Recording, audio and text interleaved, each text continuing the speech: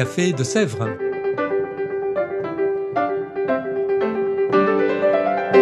Au Café de Sèvres, on discute philosophie et théologie.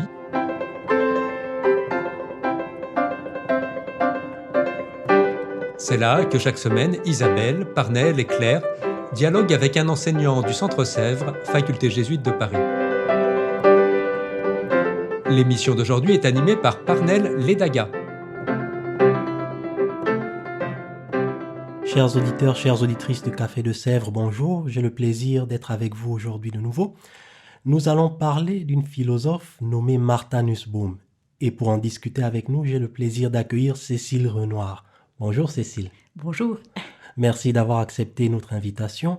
Vous êtes une enseignante ici au Centre Sèvres et ce semestre, vous donnez justement un cours sur la raison pratique selon Martha Nussbaum. Alors, c'est une philosophe assez connue dans certains milieux, mais pas nécessairement connue du grand public. Alors, qui est-elle ? Alors, Martha Nussbaum est née à New York en 1947.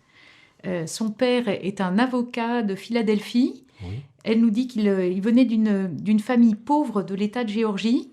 Et du coup, il s'est mis à travailler rapidement comme juriste.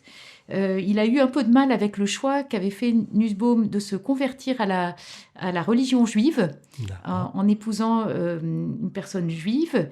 Voilà. Parce qu'eux, ils étaient chrétiens ?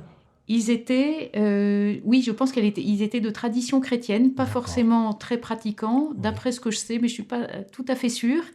En tout cas, ça a été, et sa mère était décoratrice d'intérieur, mais en fait n'exerçait pas d'activité. Et Martha Nussbaum nous dit qu'elle s'ennuyait, qu'elle était devenue alcoolique, et qu'ensuite, elle en est sortie et elle a un engagement associatif très fort. Tout ça pour dire que Martha Nussbaum a une vie à la fois d'enfants et de jeunes filles extrêmement intelligentes et vives, avec déjà dans son expérience même familiale un certain nombre de contrastes, d'enjeux sociaux. Et ça, je pense que ça va la marquer dans son parcours intellectuel. Donc très brillant, parce qu'elle a écrit une thèse, elle est devenue...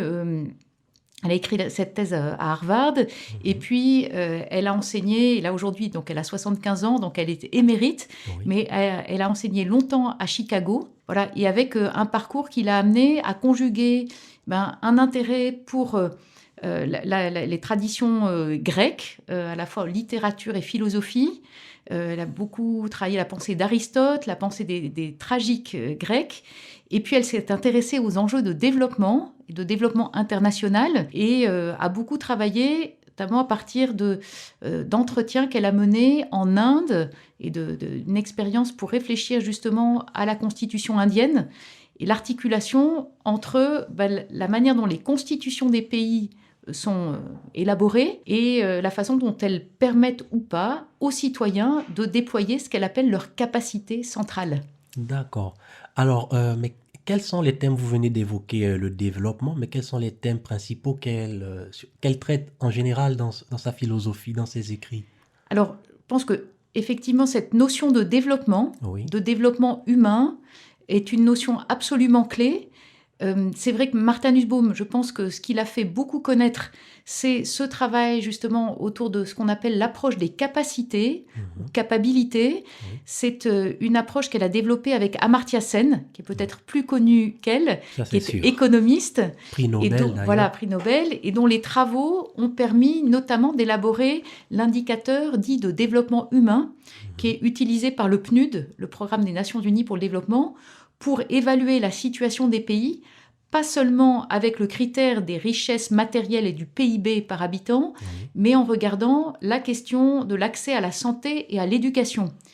Et en fait, ces éléments-là sont des dimensions clés de l'existence humaine, mais pour l'approche des capacités, donc, qui a été au départ conçue par Sen et Nussbaum, il s'agit d'une réduction quand on regarde uniquement la question de l'accès à la santé ou à l'éducation, alors qu'il s'agit vraiment de regarder ce qu'ils appellent les capacités à faire et à être des individus et des groupes.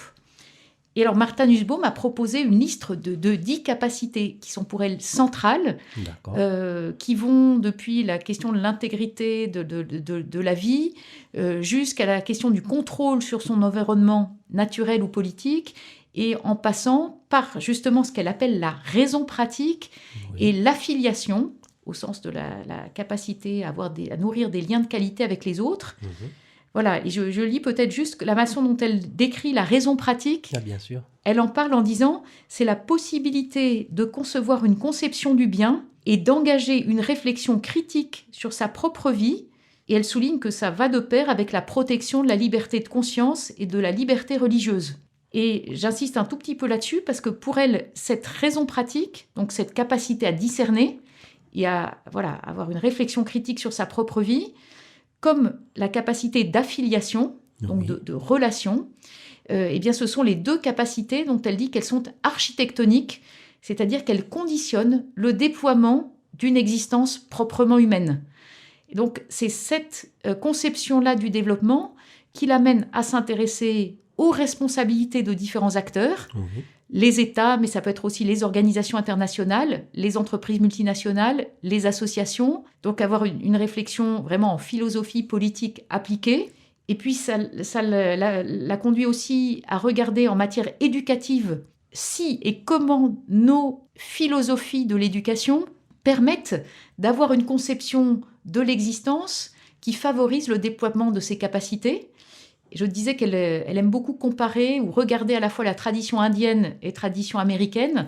Et du point de vue de l'éducation, elle s'est beaucoup intéressée en Inde à la pensée de Tagore et aux États-Unis à la pensée de John Dewey, en matière éducative. Pour souligner, et c'est un autre axe très important de sa pensée, ce qu'elle appelle la formation des émotions démocratiques, en anglais political emotions, qui est une façon de souligner que pour pouvoir devenir pleinement humain, il ne suffit pas de développer notre rationalité technoscientifique. Nous avons besoin de développer nos différentes facultés et notamment ce qu'on peut appeler la rationalité symbolique qui passe par la mobilisation de la littérature, des arts, des symboles et donc aussi les ressources de nos traditions religieuses et spirituelles. Alors, c'est très intéressant ce que vous dites là sur la raison pratique. J'avoue personnellement être très surpris parce qu'en entendant parler de raison pratique, je m'imaginais quelque chose de très abstrait, un peu comme Kant, Hegel,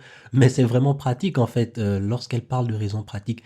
Et à ce sujet, le cours que vous donnez, que vous dispensez sur la raison pratique, quels sont les axes majeurs sur lesquels vous vous intéressez avec vos étudiants dans votre cours? Alors, c'est un séminaire. Donc d'accord, autant pour moi. Voilà, et donc le séminaire permet aux étudiants chaque semaine successivement de présenter un texte choisi. Alors j'ai proposé un petit parcours dans la pensée de Martha Nussbaum autour de cette question de la raison pratique, donc l'acquisition d'une capacité de réflexion critique sur son existence individuelle, mais aussi sur la vie de nos sociétés. Et donc, j'ai choisi des textes qui sont en français, et il y a un bon nombre de textes de Martha Nussbaum qui ne sont malheureusement pas traduits. Et donc, les ouvrages dans lesquels nous piochons, si on peut dire, des textes de Martha Nussbaum sont l'ouvrage de 2000, Femmes et développement humain, qui est une manière de s'intéresser justement à cette conception du développement humain.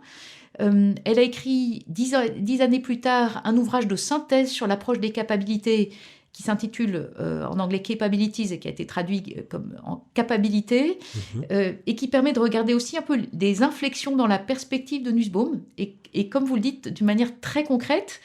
Un autre livre qui a été traduit en français sous le titre L'art d'être juste, où elle montre comment cette rationalité symbolique que j'évoquais est vraiment très précieuse et même indispensable, y compris dans le domaine juridique, pour que des juges puissent juger vraiment avec humanité. Voilà. Et puis, on a choisi aussi quelques articles qui permettent de regarder comment Martha Nussbaum s'intéresse à la question du patriotisme versus cosmopolitisme. Donc, à la fois l'invitation à concevoir les capacités humaines à déployer à travers la planète entière aujourd'hui et demain. Donc, cette idée d'une fraternité universelle, comment elle s'inscrit aussi dans un monde qui est le monde westphalien d'États-nations souverains, avec beaucoup d'injustices structurelles. Et du coup, comment est-ce que sa pensée, d'ailleurs, a évolué sur ces sujets pour favoriser une justice mondiale, mais sans perdre l'importance de l'enracinement dans des communautés politiques.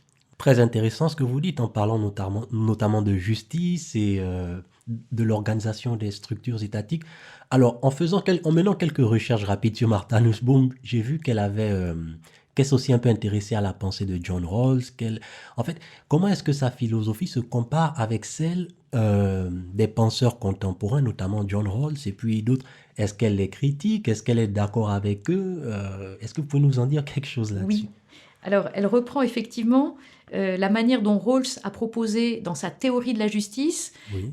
d'élaborer donc des principes de justice en mettant les futurs citoyens d'une communauté politique derrière ce qu'il appelle le voile d'ignorance. Oui.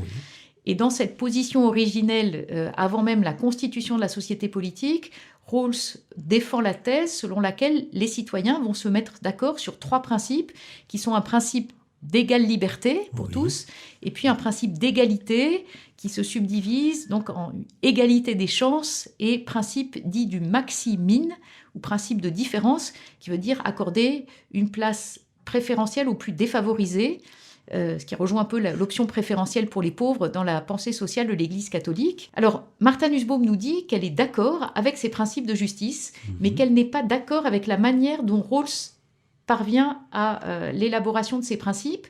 Pour elle, la perspective de Rawls n'est pas assez exigeante du point de vue anthropologique. Oui. Elle invite à aller plus loin dans la proposition d'une anthropologie et d'une manière de concevoir le vivre ensemble qui fait droit à la question de la bienveillance entre les personnes, de l'altruisme, en évitant de considérer que les citoyens font seulement, entre guillemets, société ensemble pour un avantage mutuel. Ce qui est la perspective de Rawls quand il dit, en fait, dans l'État, ce qui est en jeu, c'est la coopération pour un avantage mutuel.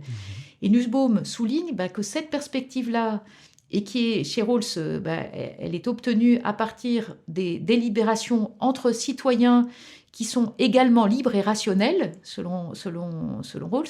Chez Nussbaum, il y a cette critique qui consiste à dire que, en fait, dans la vraie vie, il y a des personnes qui ont un handicap mental ou physique, il y a des personnes ou des États qui sont moins dotés que d'autres ou qui sont victimes d'injustices structurelles, et que finalement, si on veut favoriser une véritable société juste animée par les principes de justice tels que Rawls les définit, il faut pouvoir, dans l'élaboration des principes de justice, faire droit à la voix ou à la représentation de ceux qui peuvent être sans voix ou qui peuvent être très défavorisés. Et ça, je trouve que c'est une perspective qui est vraiment intéressante et qui fait droit donc à ces notions de vulnérabilité et d'interdépendance, finalement, d'un point de vue anthropologique. Parce que ce qu'on peut comprendre par là, c'est que selon Rawls partait du principe que tous les êtres humains étaient un peu égaux. Et elle nous fait comprendre qu'en réalité, il y a des inégalités naturelles, en fait. Donc, c'est là peut-être la limite de sa pensée.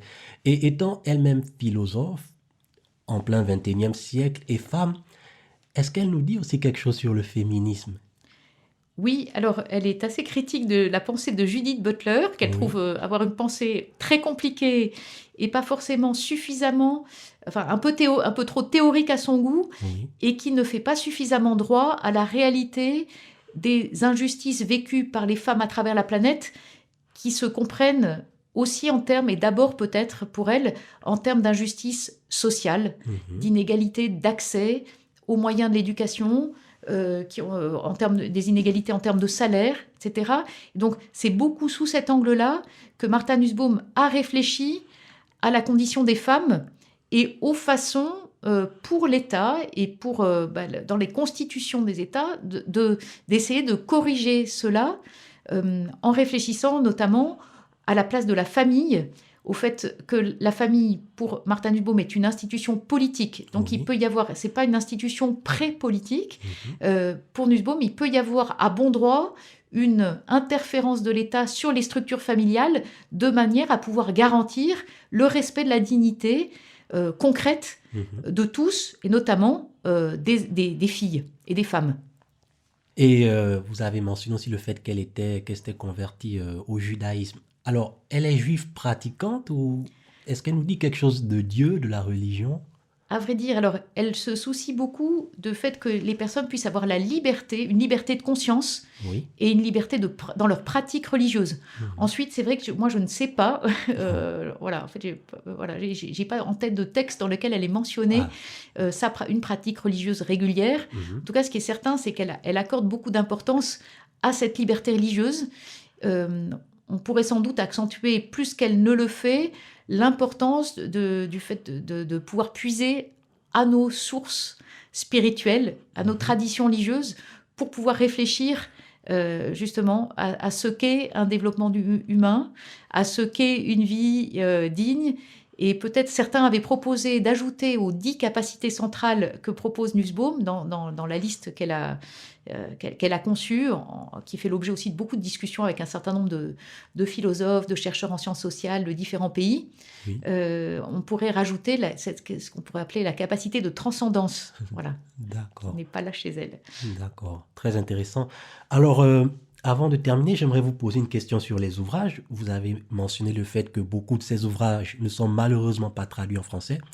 Mais pour ceux qui sont traduits, imaginons que je sois... Enfin, comme moi, beaucoup de gens ne connaissaient pas nécessairement Martha Nussbaum. Alors, si quelqu'un voudrait se mettre à la lire, à la consulter, quel ouvrage recommanderiez-vous à cette personne de lire en premier? Je pense que l'ouvrage de 2010, Capabilité, qui se veut justement un ouvrage un peu de vulgarisation et d'accès à l'approche des capacités, est une bonne manière d'entrer dans sa pensée. Alors, c'est un ouvrage qu'elle a publié en 2010. Oui. Alors, vu son âge, elle a publié, je pense, d'autres ouvrages auparavant, mais c'est par celui de 2010 que vous recommandez de commencer. Oui, absolument. D'accord, d'accord. Très intéressant. Eh bien, je vous remercie infiniment, Cécile Renoir, d'avoir accepté notre invitation et de nous avoir fait découvrir cette philosophe. Merci beaucoup. Quant à vous, chers auditeurs et auditrices du Café de Sèvres, je vous remercie pour votre écoute. Je vous donne rendez-vous dans 2 semaines. D'ici là, portez-vous bien. À très bientôt.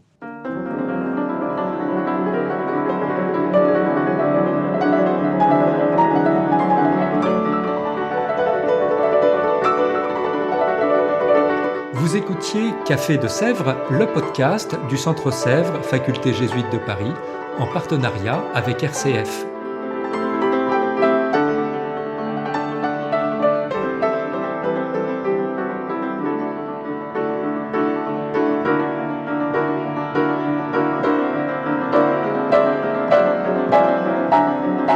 Pour ne rater aucun épisode, abonnez-vous sur votre application préférée. Spotify, Deezer, Apple Podcast ou Google Podcast.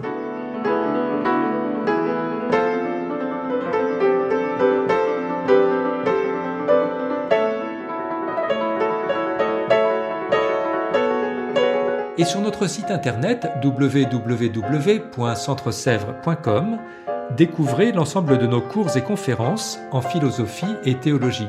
À bientôt.